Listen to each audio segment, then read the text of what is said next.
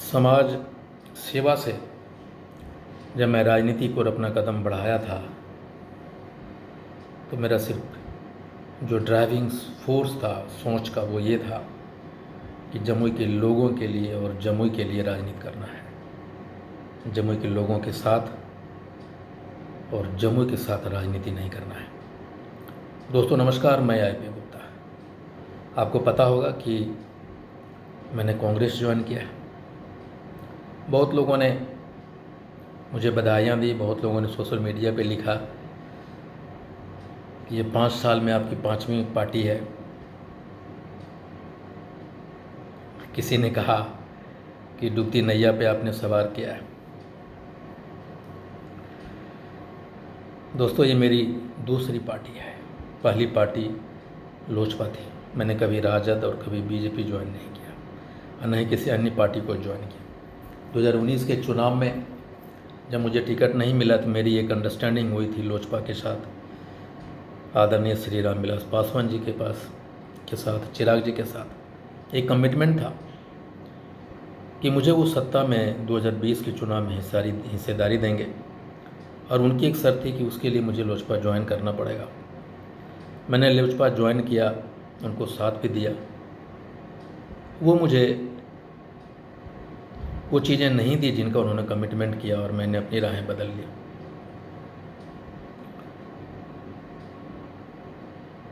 जो डूबते सूरज को प्रणाम करते हैं, जो वो नाव पे सवार होते हैं जो आसानी से उस पार लग जाए, तो उस नाव के सवारी का मतलब ही क्या होता है? नाविक तो वो होता है जो डूबती नाव को किनारे लगा दे। हमेशा मैं आसान रास्तों को कभी नहीं चुना जीवन में।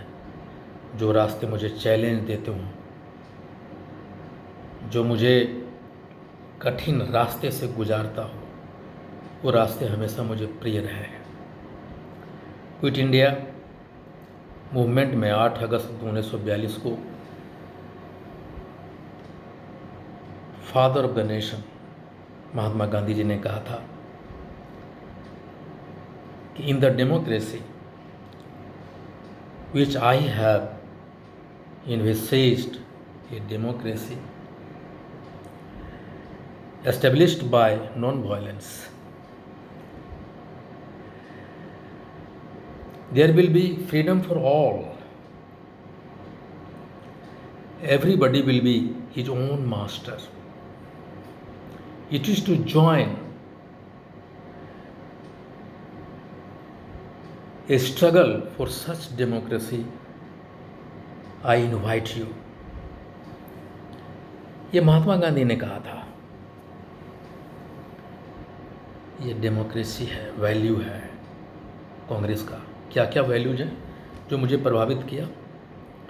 Democracy, nationalism, secularism, inclusive growth of each and every Indians, and as a nation whole, the social justice shall be done, shall be delivered to everyone. ये वैल्यूज है कांग्रेस का। नेशनलिज्म क्या है, डेमोक्रेसी क्या है, सेकुलरिज्म क्या है, सोशल जस्टिस क्या है कांग्रेस, मैंने डिटेल में पढ़ा है। ये भी एक बहुत कांग्रेस का जो वैल्यूज है वो मुझे प्रभावित किया है कि मैं कांग्रेस ज्वाइन करूं। तीसरा कारण रहा है कि डिसास्ट्रस विनाशकारी पॉलिसी जो नरेंद्र मोदी जी और भाजपा, ये क्या है विनाशकारी, ये डिसास्ट्रस पॉलिसीज? नोटबंदी, GST not at the right time,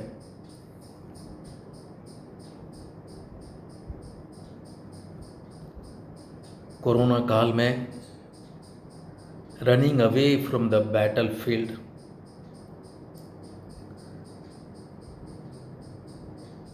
economic condition of country, महंगाई और चौथा था कि decentralisation of whole system. Decentralisation of whole system, और इसको पूरे सिस्टम को केंद्रीकरण कर देना सिर्फ दो आदमी के पास, mister Narendra Modi and mister Amit Shah ji. पूरा देश का सिस्टम दो आदमी के पास आके खड़ा हो गया है। जब दो आदमी डिसीजन लेते हैं तो समझिए कि देश किस ओर जाएगा। जबकि एथिक्स है कि डिलीवरी तभी क्वालिटी और राइट टाइम पे डिस्चार्ज होती है जब डिसेंट्रलाइजेशन ऑफ सिस्टम होता है। इन्होंने दो आदमी तक पूरे भारत के सिस्टम को सेंट्रलाइज्ड कर दिया है। पांचवा है कि वीकेनिंग, यानी सरकारी और गैर सरकारी संस्थाओं को कमज़ोर करना, जैसे जुडिशरी, मीडिया, सीबीआई, आरबीआई, ये सारे सिस्टम को यूनिवर्सिटीज उन्होंने कमज़ोर कर दिया है, एक पपेट बना दिया है। देश के जो मात्र दो आदमी जो चाहेंगे ये वही सारी इंस्टीट्यूशंस होंगे। इलेक्शन कमीशंस, ये सारी जो भारत की संवैधानिक संस्थाएं हैं आज कमज़ोर हो गई है। जब संवैधानिक और गैर संवैधानिक संस्थाएं कमज़ोर होती है तो देश कमज़ोर होता है, लोकतंत्र कमज़ोर होता है। पांचवा है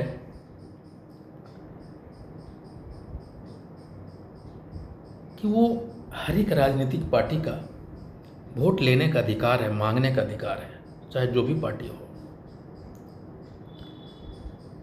लेकिन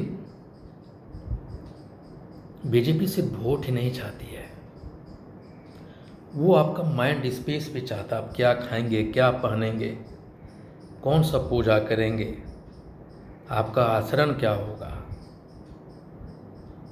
वो राष्ट्रवाद के नाम पे, हिंदुइज्म के नाम पे कंट्रोल करना चाहती है।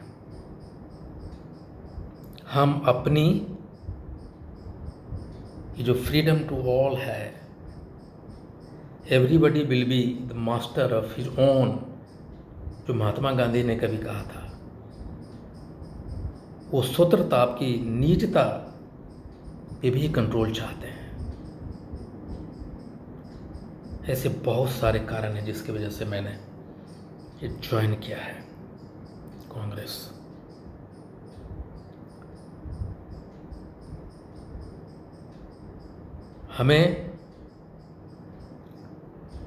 हम हिंदू हैं, जीवन पर्यंत रहेंगे। राम मर्यादा पुरुषोत्तम है, हमारे लिए रहेंगे वो। लेकिन आप श्री राम बोलना तो सिखाते हो, लेकिन मर्यादा पुरुषोत्तम राम के बारे में नहीं बताते, उनके आचरण के बारे में नहीं बताते। मर्यादा पुरुषोत्तम नाम हमारे यहाँ रहेंगे। सिर्फ जय श्री राम नहीं, मुझे एक राष्ट्र का निर्माण, जो राम राज्य है, जो मर्यादा पुरुषोत्तम का कॉन्सेप्ट है, उस पर काम करना है, ना कि आपके बताए हुए राह पे चलना है। राष्ट्र हमारे लिए सर्वोपरि है, लेकिन वो राष्ट्र कैसे बचेगा जब हम अपने लोगों को नहीं बचा सकेंगे। एक गरीब को 2 टाइम का रोटी नहीं दे सकेंगे। करोड़ों नौकरियां, आप नौकरियां दे न सके, लेकिन करोड़ों नौकरियां आपने छीन ली, तनख्वाह घटा दी। आप खुद कहते हैं कि 80 करोड़ गरीबी के नीचे के लोगों को आप खाना दे रहे हैं फ्री, तो आप मानते हैं ना कि 80 करोड़ लोग गरीबी रेखा के नीचे है। 80 करोड़, और 32 करोड़ को आपने जो मिडिल क्लास के तो उसको भी गरीबी रेखा के नीचे आपने ला दिया है। तो आखिर कितने हैं लोग अमीर?